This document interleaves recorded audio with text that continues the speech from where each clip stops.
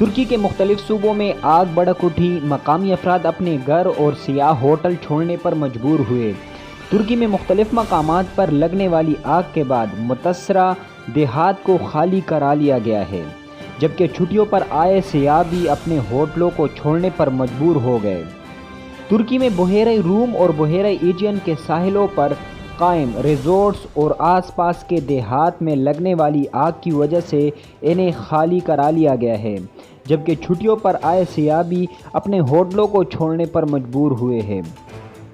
28 اور 29 جولائی کے درمیان ترکی کے 21 صوبوں میں 63 مقامات پر آگ بھڑک اٹھی تھی۔ حکام کا کہنا ہے کہ 63 مقامات پر بھڑکنے والی آگ میں سے 43 پر قابو پا لیا گیا ہے، جبکہ 20 مقامات پر آگ قابو پانے کے لیے کوشش کی جا رہی ہے۔ اس بارے میں تحقیقات کا آغاز کر دیا گیا ہے کہ آیا ان میں سے بعض جگہوں پر آگ دانستہ طور پر تو نہیں لگائی گئی۔ اب تک 4 افراد کی ہلاکت کی اطلاعات موصول ہوئی ہے، جبکہ درجنوں کو ہسپتال میں داخل کرا لیا گیا ہے۔ ترکی کے وزیر زراعت کا کہنا ہے کہ آگ پر مکمل طور پر قابو پانے کے لیے وقت لگ سکتا ہے۔ کہا جا رہا ہے کہ جنگلوں میں آگ لگنے کی وجہ سے سینکڑوں جانور بھی ہلاک ہوئے ہیں۔